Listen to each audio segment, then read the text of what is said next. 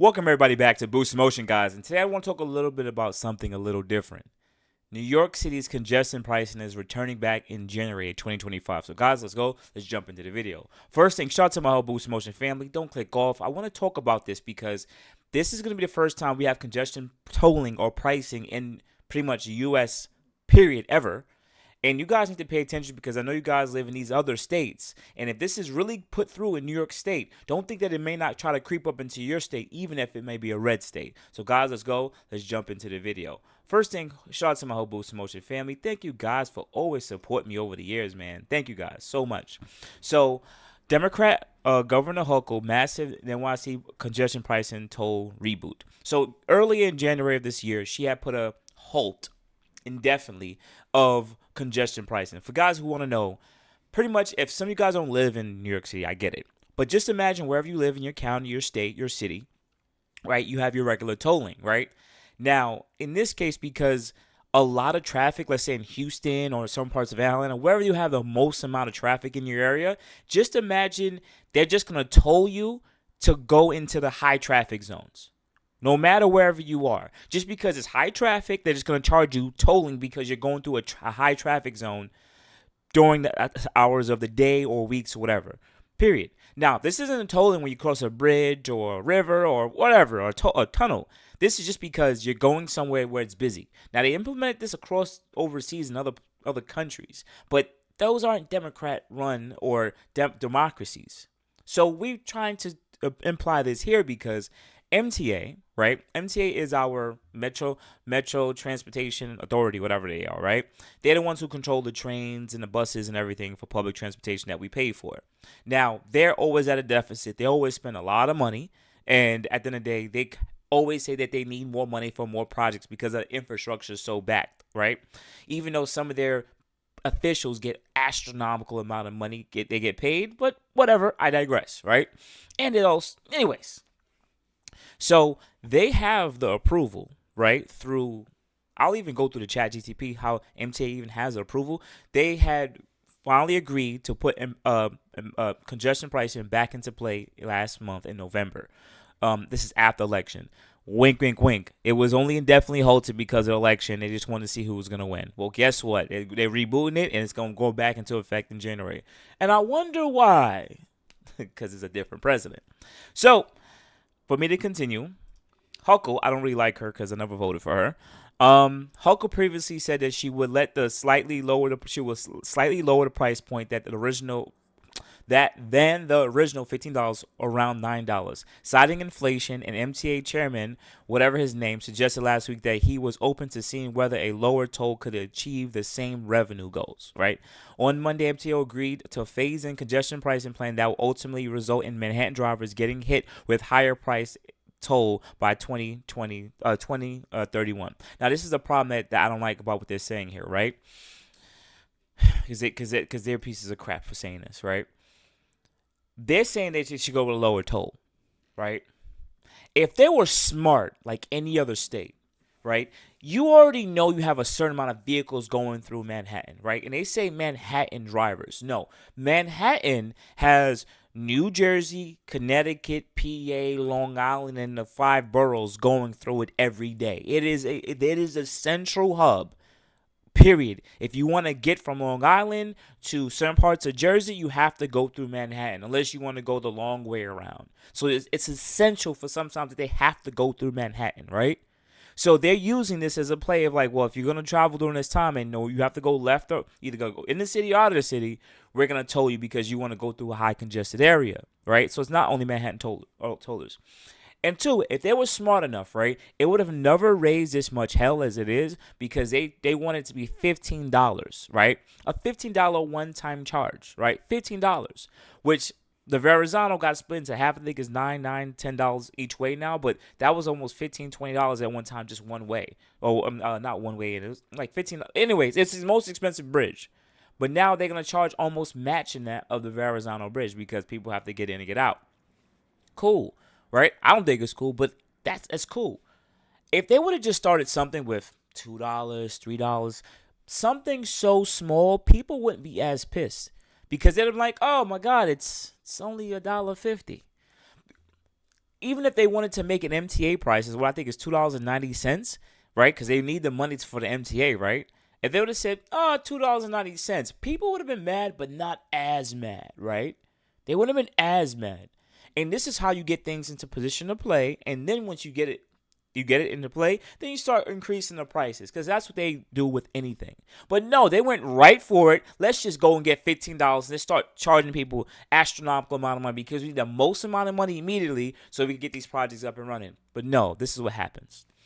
Now, I have my own reservations about this because you guys can kind of hear it. Easy Pass riders and cameras are in place. And plus, guys, they already have the infrastructure there. It's sitting there just waiting. Actually, it's been recording everybody's plates, too. So even though it's not ticketing you, it actually is still its own surveillance of cars going in and out. It's the eye in the sky, if you know what I mean, right? At least 10 lawsuits have been brought against the tolling program in federal and state courts in New York and New York, Jersey in recent years. Plaintiffs in those cases have argued that the new toll would financially burden commuters, hurt small businesses, and shift traffic and pollution to other parts of the city and regions. Now, this is true. This is not all theory because if people this is only tolling from 61st Street and below to Lower Manhattan, right? So most people go through that hub to get to the certain tunnels and or bridges, right? That's the hub. So if you're telling people don't go this way, some people may not want to spend that $15, so they're going to go uptown, right? And go out through the city that way. You're just making the traffic patterns change. Now, cars are now not going to go as much unless they have to go through that way, and they're going to go other ways. So if they would, let's say, for instance, oh man, I don't want to spend $15. They're going to look at it and say, hey, should I go through Manhattan or should I go through Verrazano? I'm still going to kind of be maybe 15 minutes behind, but at least let's say $15. So now you're going to add more traffic going towards the Verrazano Bridge, or you're going to have more traffic going towards the Bronx or the other bridges that go to the Upper East Side of Manhattan. So you're just making the traffic go somewhere else. Now you're going to have more residential streets, more packed, more. Those traffic lights and those other places are probably already maxed out, and now you're gonna have more traffic there. Nonetheless, right? These are the lawsuits. I'm sorry, guys. It's just stuff frustrates me. It is not unusual for high-profile transportation projects to land in court, and it's also not uncommon for judges to halt projects, at least temporarily. In this case, congestion pricing has already been stopped by politician and most powerful distractor, President Donald Trump has said that he will end permanently once he takes office next month. If the court decides on even a slight delay, it may make Trump promise easier to carry out. Now, here's the thing, right? The president doesn't have the power to veto or get into this because there's certain you know what? Let me go through ChatGTP. I already put up the information for you guys. So shout out to ChatGTP, and I think you guys should really use this because this is how I learned so much now. Like before, I used to watch a lot of videos and learn and stuff, but now it just really makes life so much more easier, right? So, oh God, so the FHWA, the Federal Highway Administration, approved it, right? Now, he has influence on the FHWA, but it's already been approved. But the only way that he can actually kind of mitigate it or affect it is depending on the amount of money the federal government gives towards the MTAC and or the state. So it's one of those things that I know he likes to say the tariffs are a really good thing to use. This is one of those situations where I'm not going to give you any money for your state and or your city. But if you do want the money, I need you to not implement congestion pricing. It's kind of like pretty much, if you want what you want, you got to give me what I want, right? That's just the way negotiation works. I really hope that that does go into play, but once you get this stuff rolling, it's going to be kind of hard to bring it back. So the days are counting. You got 20 days. Today's the 15th of December, and we're going to see what's going to go on. Now, I'm my own emotional take on it, right? This stuff doesn't affect me. I live in Brooklyn, New York, closer to downtown Brooklyn. I barely ever drive to Manhattan, right? Barely ever do. Now, I remember growing up in Manhattan, in New York City, we'll say we'll never toll the bridges, right? I forgot who said it. He said we should never toll the bridges because once we do that, it'll be too much. And we told most of the other bridges, right? But it's usually going to a certain place. But we don't want to toll the bridges that go to Manhattan, because once we start doing that, then people, there will be a increased amount of revenue for the city and the state. But then now you're putting a stigma that of New Yorkers of, hey, you guys not only have to drive here and pay a high amount of prices and be in shitty traffic, now we're going to charge you to go across the bridge that you have to do every day, right? That's the problem that I have with that. There's plenty of New Yorkers, right, who drive. Now, you have people online that I think this is a great price because they take MTA, they take public transportation, they walk, they take bikes, right? And they're saying this is a great idea because they never owned a car or they don't care about cars, right? But the thing is, if you're going to implement something on this grand scale, right, there should be other ways of doing it. Hey, you guys need to stop driving cars, so take the train.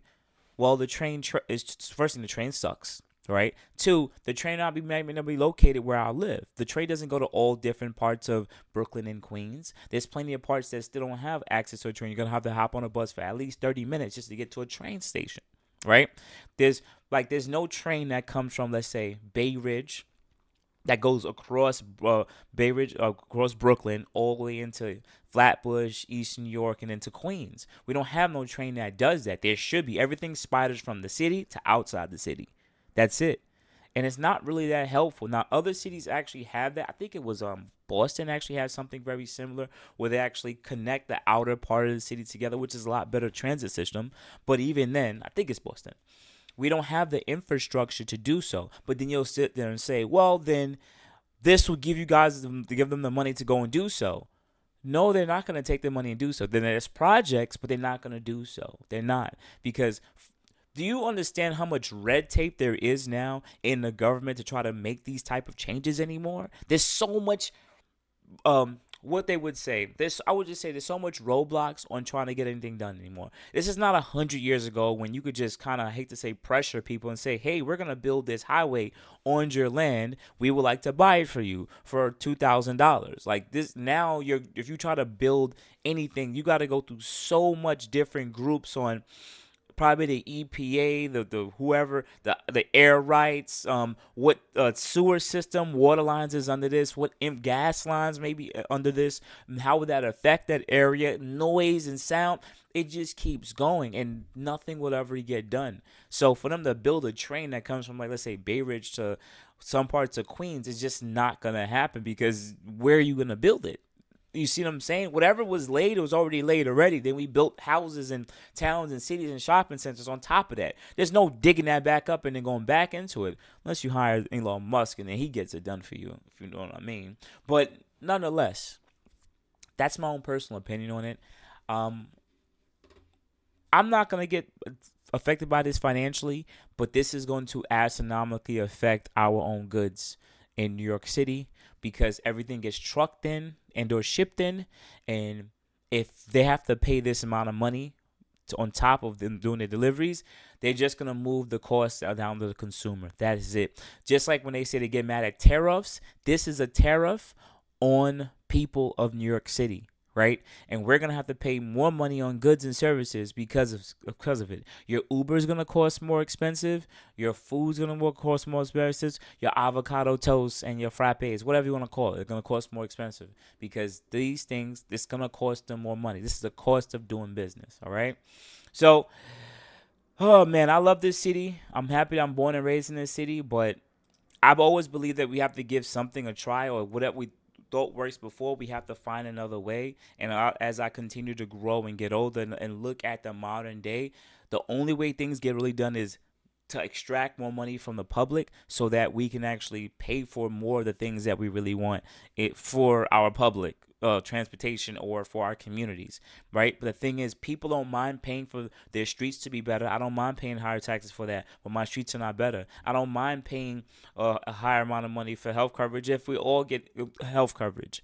I know that may be socialist type of thinking, but people don't mind paying the higher taxes, but when they don't see their money being used well, that's why when people get really upset. And I'm sorry, I was gonna cut it off here, but another thing that really pisses me off is after I see the rules of how the MTA actually approved and got this, these people weren't elected by us, that's in the MTA. They were put there, they were hired there as a regular people who do jobs. So there's nobody who actually, I hate to say that, actually lives in these neighborhoods that understands the implication of how this could really affect them, because they just work for a business and or MTA.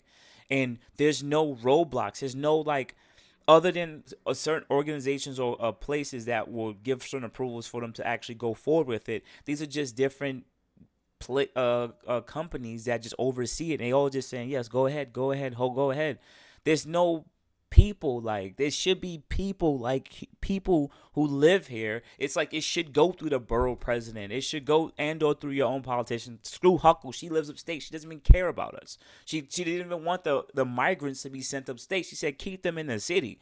So anyways, that's making it political. But at the end of the day, there's just no roadblocks when it comes to people from the community, people from the cities, and people who represent us in these cities. It's just like our voices aren't heard, even though they give us meetings. These meetings are just so they can show face. That's it. It's like, oh, we're listening to you. You can get out your anger, but we're still gonna do it anyway.